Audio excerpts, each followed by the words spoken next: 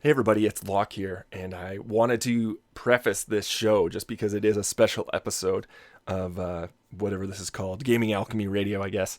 And last week I had a chance to sit down with a friend of mine named Cam Adair, and we chatted for about an hour on gaming, except Cam comes from sort of the other side of the coin because he helps people quit gaming and sort of get them to a place where they can live the life they want to live. And yeah, I had an awesome conversation with him. So it's really exciting. I'm really, really stoked to show you this podcast. And of course, I'm coming from the other side of having good balance in my life and having a healthy relationship with gaming. So it is a really cool conversation that Cam and I have. And I'm always excited to share this with people and talk about it because it is an interesting topic. So please give this a listen. Let me know what you think. And I hope you enjoy the show.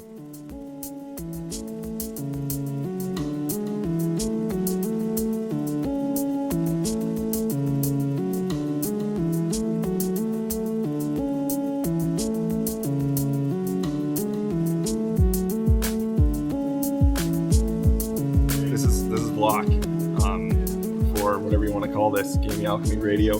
I'm sitting here with my friend Cam Adair, long lost friend. Not lost. He's a nomad. I'm a nomad. That's right, Cam. Why don't you, for those who don't know you or your story, just give us a rundown of what is Cam Adair? Who is Cam Adair, man? Yeah, it's complex, but yeah, I guess as it relates to gaming, it really, I was a gamer growing up. I played a lot, like I think most kids nowadays. I went to school, played hockey, and then I gamed. Mm-hmm. And over the years, I kind of realized that was really something that was actually causing me to not pursue anything else. And it just really was everything I wanted to do. And over time, when I experienced a lot of just difficult times in school, I ended up dropping out. Yep. And when I dropped out, it was like, I remember there was a time where I was like, okay, I can do homeschool, I can do my homework, or I could go play StarCraft. And that just seems like such a better idea. So that's what I did, and I just gamed. And I think eventually when I was around 19, it just came to a head where it was like, man, I don't know if I'm going to be able to actually go and pursue other goals in my life if I don't get this under control. So you actually, that realization came naturally, right? Yeah, that realization just came to a point where I was like almost a breaking point sort of thing? It has to be one or the other. Like, I'm either going to continue to game and just do that, or I'm going to give myself a real shot at just what's this other life kind of look like. And for me, gaming, I mean, it was so fun. It was competitive. I took it very seriously, and it meant so much to me. And what I realized when I quit was that over time, I actually still wanted the game. Right. And I think I went 11 months cold turkey at first. 11 months. That's crazy. No, I wouldn't even watch a commercial. I went pretty hardcore. And 11 months later, I moved to Victoria, BC, because I was a little bit stressed at the time and feeling a bit depressed, and was like, I'm going to move to a new city and challenge myself socially. Because you grew up in Calgary. I grew up in Calgary. Yeah.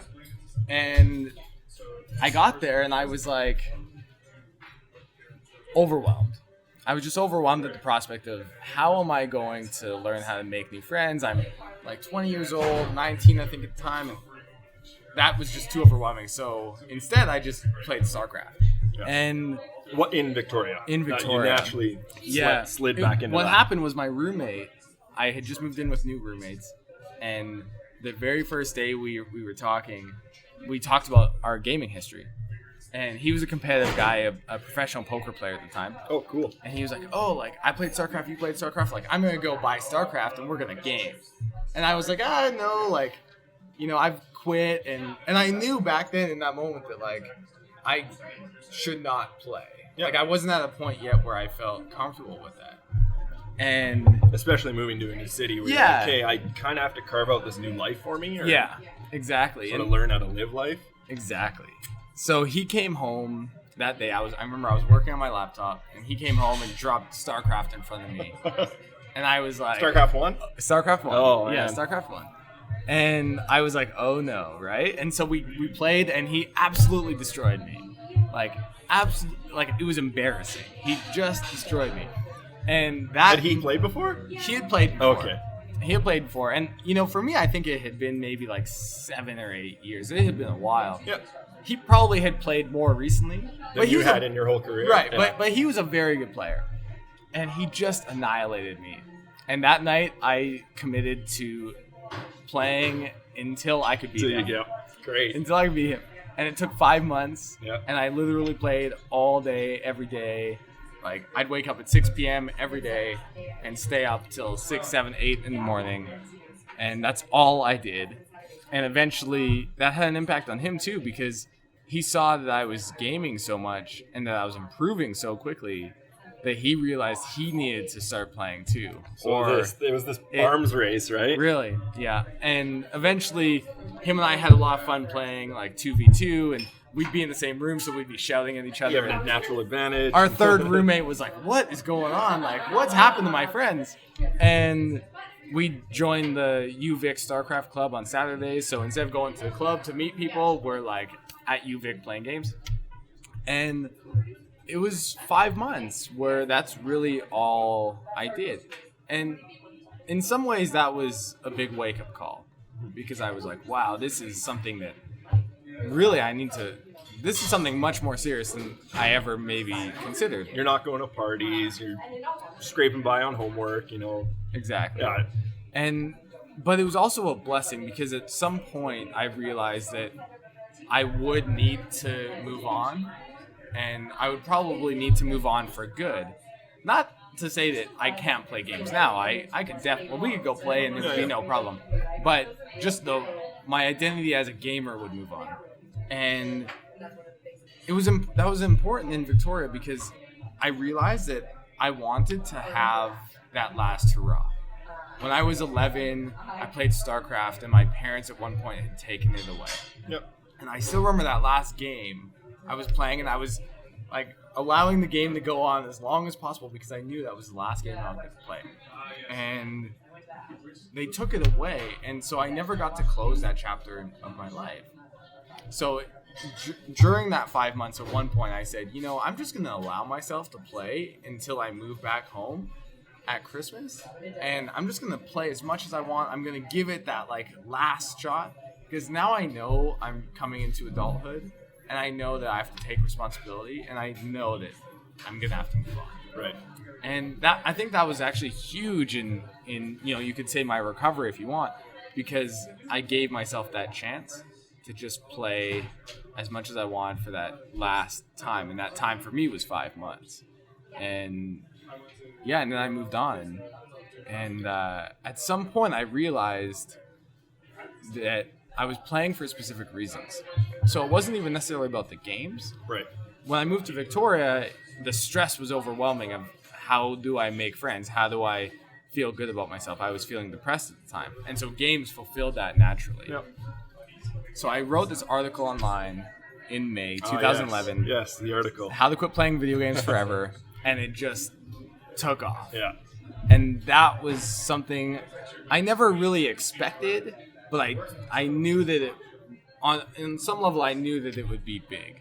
And at the time, it was around that time where it's like, games were always big. Like StarCraft was a huge game, and around that time though, it was like everything was sort of in the industry was culminating, and it's like, holy crap, these are real. Like they're getting to be bigger than Hollywood. Like it was right around there where it's just like boom. Yeah. And like even 10 years ago is different from today. Like today they're so normal, and I think if you wrote that article today, it might not have the same impact if you wrote it 10 years ago, something like that. Yeah.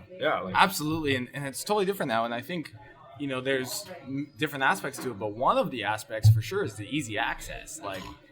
Back in the day, unreal. To get the new game, you had to go get a new graphics card, which meant you had to go to the store. You had to go to the store. Now, and that's something I see with kids a lot now that struggle to move on, is that they're at home bored because gaming was what they did in their free time.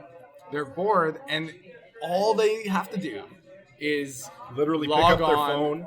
That's it. They don't even have to log onto a computer. They Right. go on their phone and play a Right. stupid game. And right? if you look at like an alcoholic, it's similar where for them, they literally, most of them, across the street, there's a liquor store. Yeah.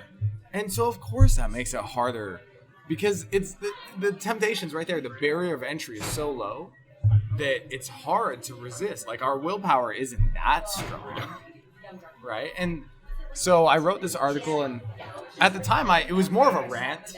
I think I said fuck like 18 times. Nice. People would literally comment being like, what's your deal? Like, did you really why need are you to swear pissed so off? much? Yeah. You really need, and for me, it was just like that was raw emotion. Yeah.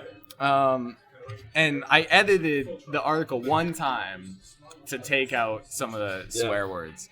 Refined it. Yeah, but other than that, I haven't really touched it. And that's because it's been such a success for people that I don't want to mess with that formula. Like, for whatever reason, it works.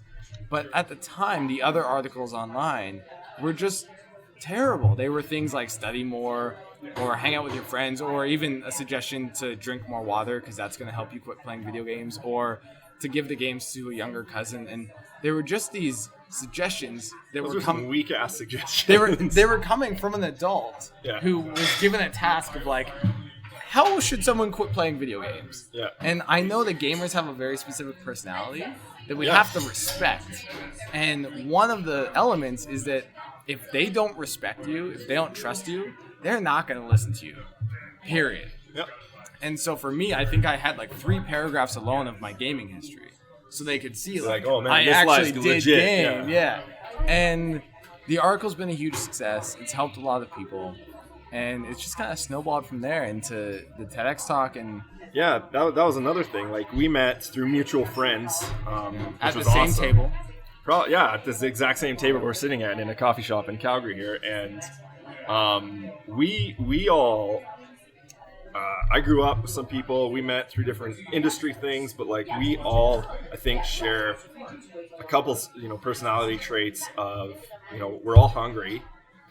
We're all very persistent, passionate, that sort of thing. But it's funny to see we're all from different worlds, that sort of thing. Like, I'll get to the TEDx talk, but yeah, your history, you grew up, again, you played hockey, that sort of fell away.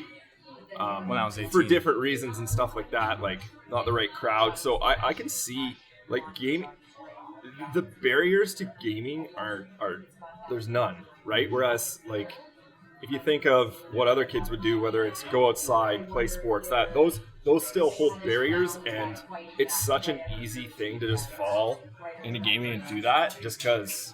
I think it's right easy. there. I think it's easy and it's right there. But especially if you don't have someone challenging you, whether it's your parents, your peers, anything like that. So again, I think it's really cool that last time we spoke in person, things were getting going for you. You're getting ready to travel a bunch, and then things kind of led up to this TED Talk where you were able to basically take your blog post and speak your blog post and have that as this sort of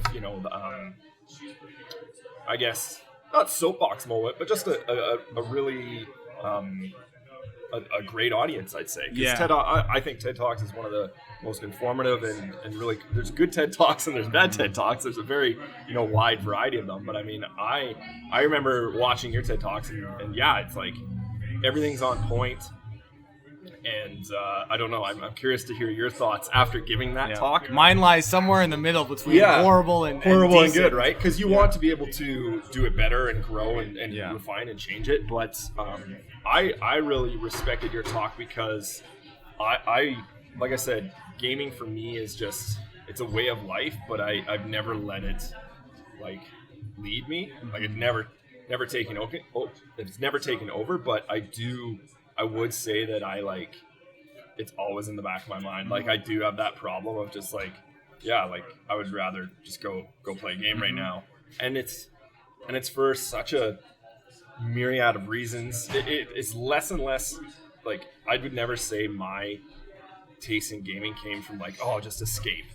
It was more like, I want to hear these stories. And that's sort of grown into, because I've sort of used it to fuel my career and my creativity. It's like I really like knowing what that guy is thinking, and I think the best the best times in gaming right now is just like one guy or a small team having a great idea and just executing on it so well. And I think we're getting some of the most creative, like just pieces of media, art, whatever you want to call them, ever. And I don't find that anywhere else. I like to read. I love movies. I make movies for a living. But like, there's something about games that you can't get anywhere else. And I think that's what does it for me. But that being said, like, I'm a very balanced individual. So your role, I see, is like all these other people, like probably 80% of gamers, like, they aren't well balanced people, right? Like, and that's almost a rite of passage totally. As a gamer. And like, there's there's people that I like that the industry has enabled people who are creative and people who have surrounded themselves with gaming to be able to become artists, become writers, become designers, become developers. But like, the people that don't do that and just like they work their 9 to 5 and then they go play video games all night, it's just like, I feel sorry for them. And because like, I feel my role is not a counter to your role, but just like, I want to be the guy that's like, holy crap, look what games have done for him, and how, like, I want to tell people how cool they are, just because I've had so many cool experiences with them, solo and with friends. Like, I go out of my way to plan events at my place to just experience a new game, because I think it's so novel, and doing it on my own is an injustice to whoever made that game. So right. Yeah. And I think for me, like, I definitely, I've seen a lot of that exact same, everything you spoke about. I've got tons of emails about the exact same thing. And what I've tried to understand is that there are these different groups within games, or there's these different groups that have opinions of games. Yeah. And so with the TEDx talk, I was really trying to actually communicate to parents in a way where, because it stems from them, and really someone like my wife's a teacher, and really it's obviously way easier to hit kids when they're young and impressionable, in a good and bad ways. But like I said, if you hit the parents with your TED talk, they can relay that and have the tools to be able to deal with gaming, because it's, parents who are, I recently became a parent, so I now have to figure this stuff out. People are 30, 40, 50. Some have grown up with games, and some parents don't know. Like, it's this new thing. Most right? of them, they're like, crap. Like, I have 3, 4 kids. They have all they do is play games. Like, sure, I take them to hockey practice or soccer or whatever, but like, I didn't have this in my life. I don't know what I'm doing. So yeah, I think that's a super interesting point. Is like, you tuning your TED Talk to focus on that. and I think part of it too is that with games, there is such a large percentage of people that play it to check out. Oh yeah, And huge. so, one of the interesting elements I found is, like, let's consider that games are an activity, and that they're just the manifestation of, like, they're fulfilling certain needs or desires that we have, and that those needs and desires aren't bad; they're natural. And so, let's say, someone like myself who experienced bullying in school. Yeah. I felt like an outcast in school. I didn't feel really accepted. I go online, and now I find this community of people who are similar to myself, who I can talk with, I can hang out with, I can play with. Yep. So of course I want to hang out with them, right? And then you have parents telling their kids that they're wasting their potential. They're just, like, checking out of life. They're almost like fuck-ups, because all they want to do is play these games. And so that's rejection that they experience, which then makes them want to play more. That's the thing. They've been rejected in real life. They've been rejected from games, and now they're just like, well, I'm just going to do this to check out. Right. It's the only thing that makes me feel good. Right. So, and you can do it for extended periods of time. You can do it whenever you want. Again, Yeah. the things to enable gaming is so easy that it's just such an easy thing. So, since your TED Talk, have you changed it at all? Have you, what's the next step for you in that sort of forum, I guess? Yeah, so it's changed a lot. Yeah. The TED Talk was really a struggle for me to come up with at first because I knew that I had so much more I wanted to say about this topic. Because are you limited to 15 minutes in that? So my TED Talk was 6 minutes. 6. And I was limited to 6. Okay. So they give you different types of TED Talks give you different time limits. I know that. Yeah. And I think back then I had like 7 main points I wanted to hit. So like 45 seconds for each And point. they were things like, are games good or bad? They were things like, is it actually a problem? It was things like, why didn't my parents just take the games away? I forgot that one. I blanked out and forgot to say it. And I wanted to hit these different points. I wanted to talk to gamers, talk to parents, and to do it in 6 minutes while I'm under this huge pressure of I've never spoken on stage before. Yep. And so there's so much I do differently, but I think the main way that it's really shifted is just it's back then I was really focused on there's this segment of gamers who want to quit, who need resources and support to do it. And I think back then my perspective was really it's fulfilling needs we have, but those needs were just like escape and challenge and a sense of purpose. But since then, I think I've really stumbled upon the community aspect of just how important the community aspect is and how that's really what draws people in and why they stay. Yeah, well, they've built games around that, right? Any MMO with EverQuest, World of Warcraft, right. I mean, and that's super dangerous because you can live in that world, you can breathe that world, right? And you can literally play it forever. Yeah, which is super dangerous. So that's super interesting to see.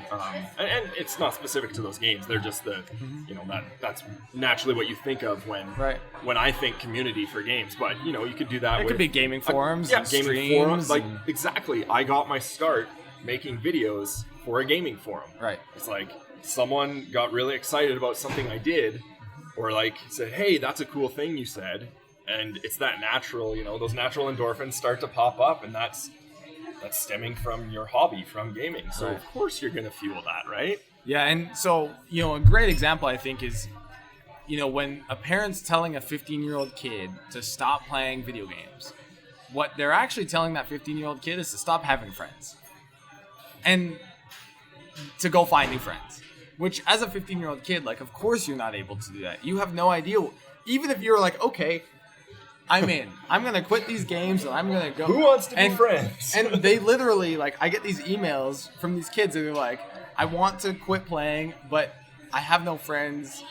How do I make friends? Yeah. And there's an innocence there. Like, they actually don't know. Like, they would say a lot, all my best friends are online. It's like, okay, now, like, do you tell them how to transition? Like, do you tell them how to make the jump? Like, you can use the same skill set that you've made these friends with. Be nice, be respectful, that sort of thing. So I think one of the kind of how I talk about it is just, you don't have to get rid of all of your friends, but you want to engage with them maybe a little bit differently because you have to be aware of triggers, right? So if you're quitting games, but then you're watching streams and hanging out on forums, you're going to want a game. Like, so instead it's trying to move those relationships to be more like on Skype or on Facebook, and also start hanging out in environments where you're doing social activities so it's easy to make friends. So a couple examples for me are like martial arts or rock climbing clubs, and you can look at the types of games you play and then understand why you play them and what activities are good, right? So if you like RPGs, well, you obviously like the story element. You love being a character. So improv or theater or drama is a perfect opportunity because it's recreating a similar experience. Whereas if you love first-person shooters like Counter-Strike, you love being the person doing everything. So sports are fantastic, right? And I think you can look at the types of games you play and why you play them and find activities that suit that. Totally. If you like, real-time strategy games, go play board games. There's tons of board game groups. Again, that's another thing which a super handy tool. It's like I'm sure there's board game addicts, but it doesn't have board games come with such a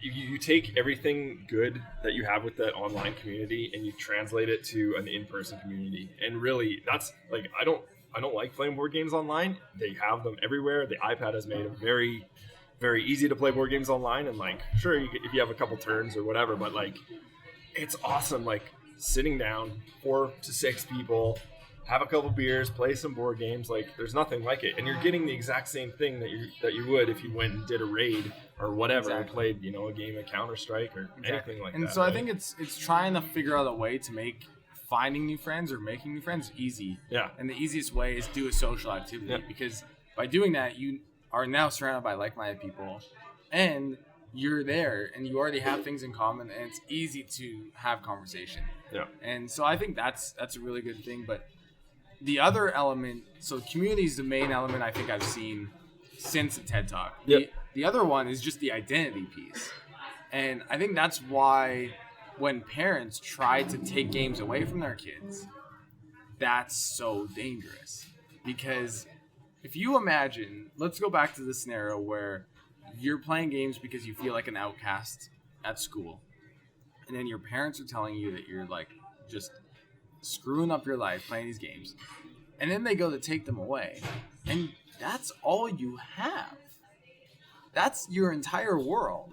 And then you try to just take it away. No kidding, that kid's gonna go absolutely bananas and do everything possible to hold on to it, because that's their whole source of identity. Totally. That's their social group. That's the way that they feel like they contribute, right? They're contributing to teams, to missions. That's the way that they have a sense of accomplishment. That's where they have a sense of purpose. Every game nowadays has I call it the carrot at the end of the stick. Like everything has RPG elements with experience points, so you are always progressing, and that's super dangerous because like I feel shitty when I go and I'm like, oh sweet, I gained 5 levels in whatever Wasteland 2. It's like I gained 0 levels today in life. Like, what the hell? That's one of the hardest things for guys when they move on is that.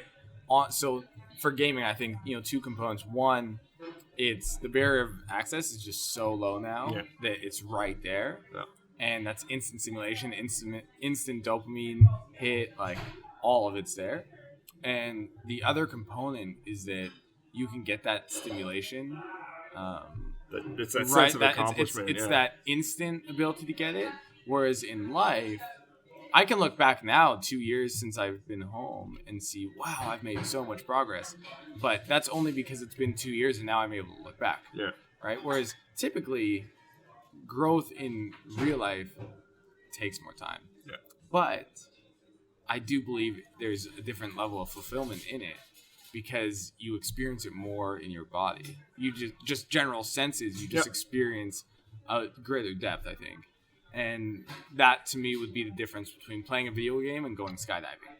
Like, if you go skydiving, you're going to have a certain level of stimulation that's going to be awesome. And the same in games, but you can experience them in similar ways. Well, even like we just had GDC here and the big boom with everyone revealing their virtual reality helmets. You go skydiving with an Oculus or whatever, or Morpheus, and it's you might have the same sensation as if you went skydiving in real life, but it's different things. It's like physiologically different. Exactly. So I think that's an important distinction, and I think that's one thing I really that's what I tell people is like, as a kid, and again, I am a special case. Like I am by no means normal when it came to this. Like, and I think that's important. It's super important. People need to see that role model. Yeah. Like, we need more examples of that. Because, like, I played music, played sports, did my homework, even before I touched a game. Like, that never happened. So, but now as an adult, it's way easier to just be like, frig, work was hard today, I'm going to go do that, instead of, maybe I should go work out first, right? So you do have to make those, every day I make those conscious decisions to be like, okay, I could go hop on and play a game of Dota, but I think I'm going to learn how to animate this 3D object first. So I think that's what I do to challenge myself and grow grow my body, grow my mind before I even hop into games. Even though I think then I guess I would say, again, to go back to that creativity piece, it's like I go into the games and I see things that, I want to make a spin on that, or I want to make some sort of cool YouTube video or animation or storyline and use that plus whatever I learned in real life, put them together, and then I have this product, right? I've made this product that, whether it brings someone enjoyment or anything, I don't do it for the hits, right? I do it so I can grow. Exactly. And that's just, I guess it's my creative outlet, I would say. Exactly. Which is again, that goes back to people working in the industry, which is me and those people are not the norm. I think it's like these people that you are targeting are that's the majority of people that, they either want to quit or like are thinking about it or just need something else to sort of push them past that step of turning to games whenever their brain turns on. So. Right, exactly. And the way I see this path kind of happening is like, you grow up, and while you're growing up, you have this obligation of going to school. And as most kids, I think they either love it or they hate it. And for those kids that hate it, it's an obligation. It's something that they're doing against their will. So then, once that's done, they get this free time at night where now it's their time, and they really feel a sense of ownership over it because they've gone to school and had to like do everything they've been told to do. Now they're at home, it's their free time. Now I'm going to game, and that's all I want to do. Yeah. And that's fine, right? Like when you're growing up and you're in like school, like of course that's a possibility. I do think you can also have other projects like music and sports and stuff. But okay, let's say that gaming in that sense is fine. But then what I think happens is that as they go through maybe university or where they don't have as much like obligation, where it's more on their own terms. Yep. Or once they're out of university, now they might have their job, but now they're still in that pattern where they've never actually taken a second to be like, what do I actually really want? And instead it's just that's their cycle. And it's not that they don't want games, but I've seen people want other things too. Totally. And I think for me, when I quit, it wasn't that games are bad. It was just I had new priorities. Other things. Yeah. I think it's, to speak to that university point, I think that is like a super big transitional moment, as you saw, or sort of failed to see maybe, but like you knew you had to quit or change, but like university is that step that you are now in control. And I think it's super important to go and do everything you can. Even if you don't, like, do everything that you go try fencing, go run track, like do anything, and then find out what you like.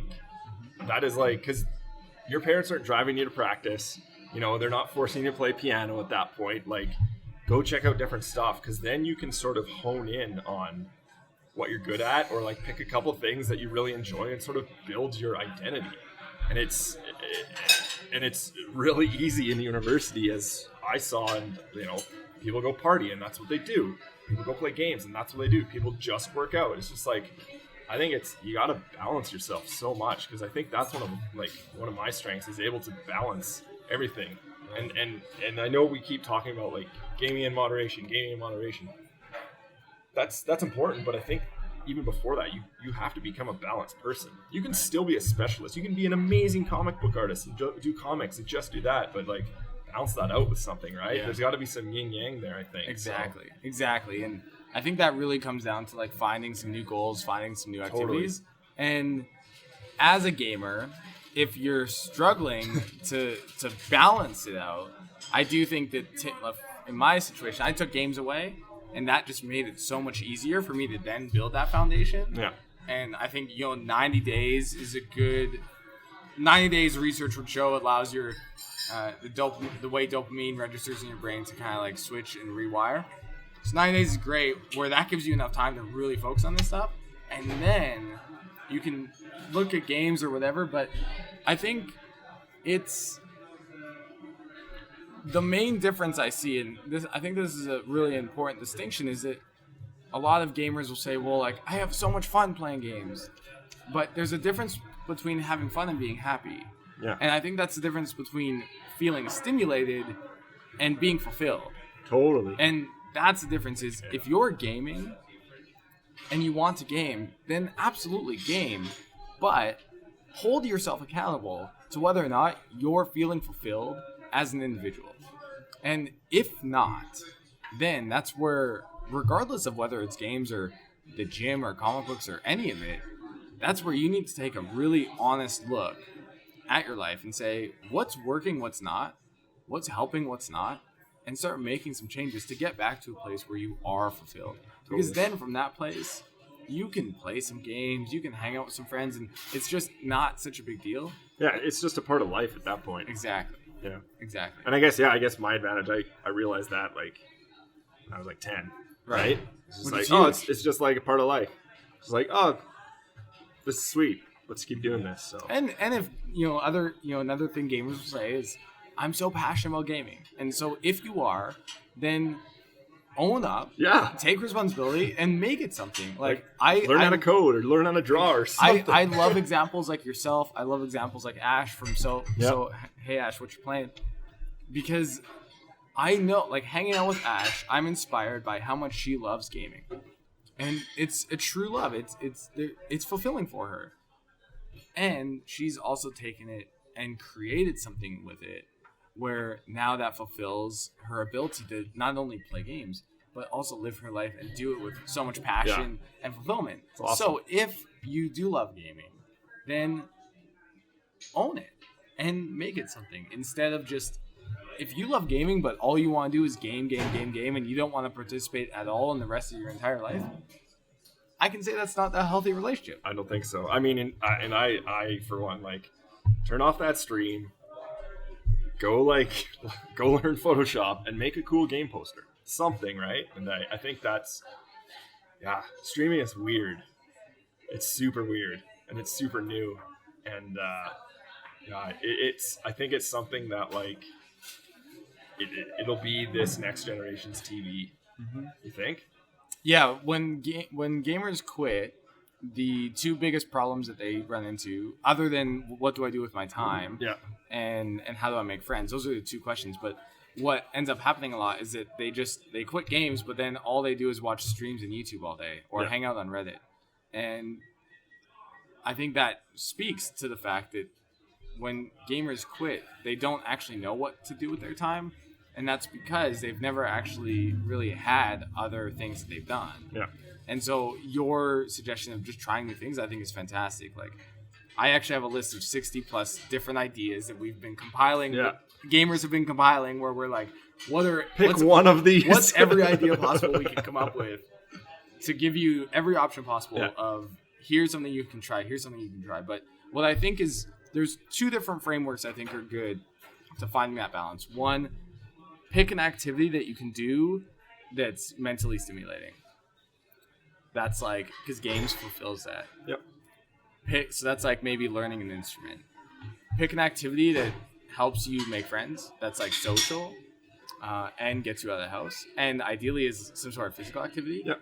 And then make sure you pick an activity that can be done when you're tired, and it's more of like a resting activity. So when you're at home, you're tired, you've worked all day, you've got your exercise in, and now you're at home and you're like, I just want to chill.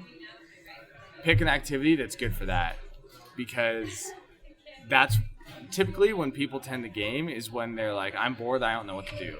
And one of the easiest ways to make sure that you follow that framework is to schedule your day. Like, if you want to find more balance, start understanding what time is that you have. Because most people, if you don't schedule your day, then you don't actually know what time you have. So then it's hard to understand how you're allocating it. So one of the easiest hacks is just start scheduling your day, even just hour by hour. Yep. And then you're able to get all these things in that you want to do or need to do. And that just really helps balance you out. Another framework that I've heard that I think is awesome is find an activity that makes you money, find an activity that lets you be creative, and find an activity that keeps you in shape. And if you do any one of those two frameworks for those three activities, I think you'll be in really good. Yeah, so what I did last year was did something creative and makes me money and started my business. Yeah, and that's one of the best ways to find. Now I just got to get in shape. Yeah, and that's easy. You know, like, if you want to quit gaming, exercise is going to be crucial, and finding new friends is going to be crucial. So yeah, it's insane, and I don't know how common it is. I grew up working out with my dad, and that's how we sort of did things together. That sports and working out. So that was a huge thing. But I don't know if a lot of people, or especially gamers, know, like, the stuff you get from physical activity is so important. Not only like getting in shape is great, but it's just like the mental part of physical activity is just like so key. So I can't speak to that enough. As you can see in my stunning condition. yeah. As I'm like unable to move my arms today because I worked out, but it's this is important. And again, it's one of my favorite stories is my friend Evan. He called his mom and he was asking his mom like, "Hey mom, can you hold me accountable to this? Like he needs to do something." And how old was he? He's like my age, like he was like 26, 27. When he asked this? Yeah. Oh, sweet. Yeah. So he's calling his mom being like, "Hey, can you remind me of this? Or can you hold me accountable for me to do this?" And she was like, "You know what, Evan?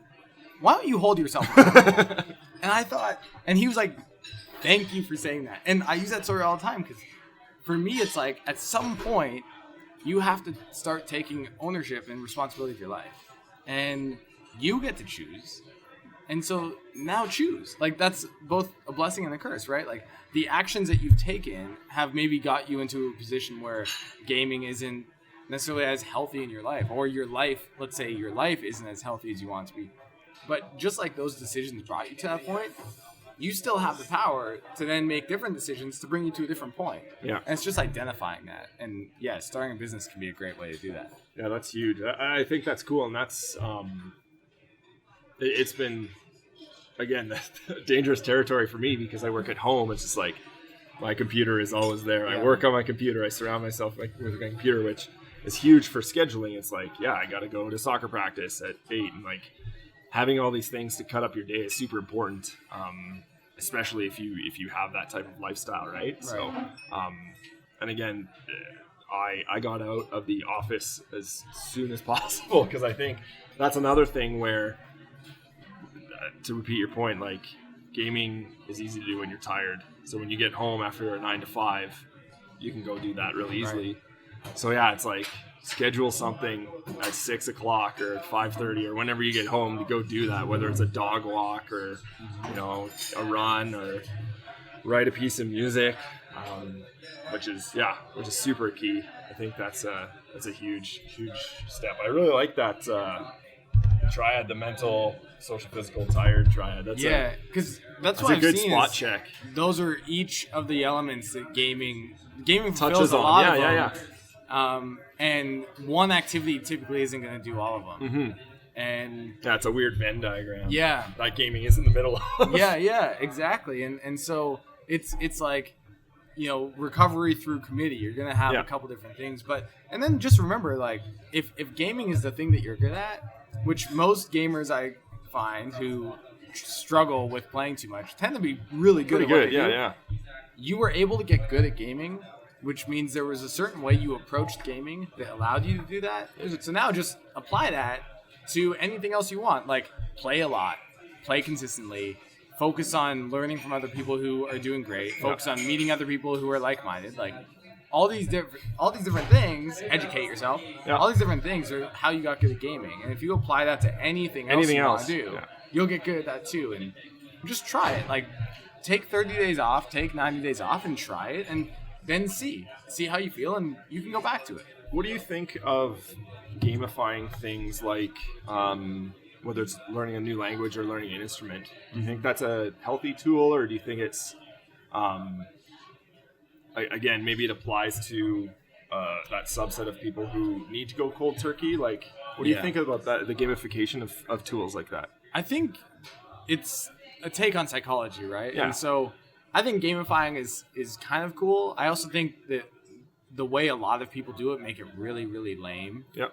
And there's a bar, the lame way is just do a bar. Yeah. Yeah, and I remember when I was trying to learn Spanish, the one thing that really appealed to me was they had a weekly high score of your friends. And I remember my buddy Brian was crushing it every week. And that motivated, I was like, man, I need to do this or else like I'm not going to be able to beat him. Yeah. I like moving on to new levels because you're able to understand your progress. Yep. But I don't think that you need to gamify everything. Yeah. And I think sometimes it kind of becomes corny, and especially with gamers, that doesn't necessarily, like, that kind of just checks them out anyways. Yeah. No, that's interesting. Another thing I just wanted to touch upon too was again, and you brought it up naturally, which is funny, people who are good at games, the pro scene has grown so much, even in the last 2-3 years. I had the opportunity to go to Seattle last year and film the Dota 2 tournament. $10 million at stake. Like, that's a lot of money, dude, for a kid. I guess a team of kids, 5 kids. These guys are 20 to 25. Like, what kind of... You're gonna get people who are younger than that or around the same age be like, I want that. They made it. I want to make it. It's the exact same thing as a kid in hockey trying to get to the NHL, which is seen as that's your highest aspiration. But on the gaming side, there's a negative connotation with it. What is your take on that? Yeah, it's a great question, and I think it's definitely one I've got. So when it comes to, I think the negative connotation comes from a stigma. Yeah. And I think separating that from the discussion is important. Like, that stigma exists, and I think that's just a general stigma of gaming in general. And I think so. I think once we remove that, it becomes a little bit easier to talk about. Right. Yeah. And so the question for me really comes down to, like, I played hockey. I was trying to go to the NHL. As a gamer, can your motivation be to become a pro gamer? And I think what I tell people in this is absolutely. Yeah. But, again, hold yourself accountable. So I know, because I actually played hockey for 15 years and did everything possible to try and make it. Yep. And looking back, I didn't work out in the off season. I didn't eat healthy. There were certain things I could have done that would have dramatically increased my chance of actually making it. And so now when I look back and I'm like, I wasn't doing that. I was smoking weed during the off season. I was doing this and that.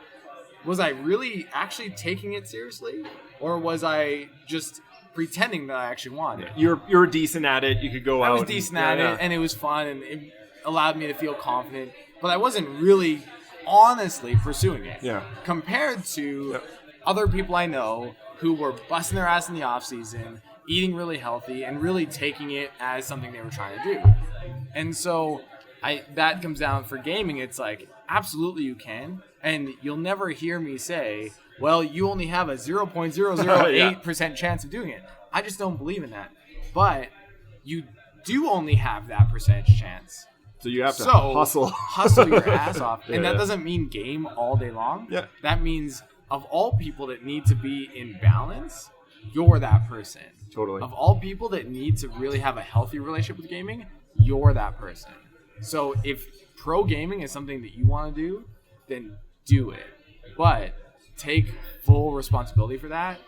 And that means taking care of your body. That means exercising. That means eating healthy, which I think is certainly one area that gamers in general need to improve dramatically. And, I mean, meditation is still fantastic if you want to be a pro gamer. And really take that with a lot of discipline and focus. Otherwise, you're just using it as justification or as an excuse. And I don't think that's fair. Yeah, I think the key here is accountability. Yeah. I think it's and once you start holding yourself accountable, I think those things where maybe you are training for 10 hours a day, not every day, but like you do that session, but then you're also doing these other things because you hold yourself accountable and want to aspire to that state. I think if gaming is your focus in that sense, then it becomes healthier. I think. Absolutely. I think Absolutely. So. Absolutely. Yeah, but accountability is key, and that's probably the rarest thing we see in people with gaming problems right? And I think that comes from this notion that like they feel unaccepted in a lot of places, or they feel like there's that stigma, and so it kind of creates this us versus them mentality that, you know, it's like, I'm a gamer, so I'm not going to exercise because I'm not a jock and I hate jocks. Versus exercise is something that's really good for my health and well-being. So actually, if you want to game until you were 90 years old, exercise would be a great idea. Yeah. Right? And it's separating that, and it's creating the identity that you know actually fulfills you and moves you forward, instead of just creating these identities that are because you've had negative experiences from other people, and you're using that as justification, right? Totally. And so that's accountability for me. And and most importantly, I guess we'll end on this, but the reason I'm doing all of this is to help shape this conversation, because I think it's just as ridiculous to say that there isn't a problem as it is to say that everyone that games is an addict. I think those are two sides of the spectrum, and what I'm trying to do is create this conversation where it actually leads to resources and tools and support for everyone, not just gamers who game too much, but just everyone, to really help this gaming community just move in a more positive direction where everyone's together and it's a part of society and it's accepted. Yep. Instead of it's this, kind of like stigmatized taboo industry. thing, yeah. Because I just don't believe that's true. And we're not getting away from it. Like, it's there, it's everywhere, it's in the general media, and I think ignoring the problem is just as bad as like shunning someone for having a problem. You know what I mean? So that's good. So, like I said, we could go on forever, but like I said, we've scheduled our lives. Yeah, because that's what we do. Yeah. Where can people find you? Where do you want to direct people? Yeah. Towards? So GameQuitters.com is I'm currently like working on that site. Okay. There's a YouTube channel where I'm posting a new video every week. And really the best way to reach out to me is either through GameQuitters.com or through Twitter, which is @CameronDare. And that's definitely the best way to reach out. And like you'll see if you follow me at all, I answer every comment or question I get. I love the interaction, so definitely reach out and check out the TEDx talk, and let me know if I can help. Of course. What's next for you? I'm heading to Bali in a couple weeks, and I'm going to be spending 6 months. I'm creating the environment to really focus on writing a book on this topic, because I think we're at a crucial time with it where it needs to be directed towards finding solutions to how we can develop a healthy relationship with gaming. And for whatever reason, I seem to understand somewhat of what's going on here. So I really want to just start writing and getting that stuff out so that we can really help shape this conversation in a better direction. So all of that will be updated on Game Quitters, and awesome. Looking forward to everything. Love it, man. We don't talk often enough, but thank you so much for coming and spending the time here, dude. Likewise, man. Appreciate it. Awesome.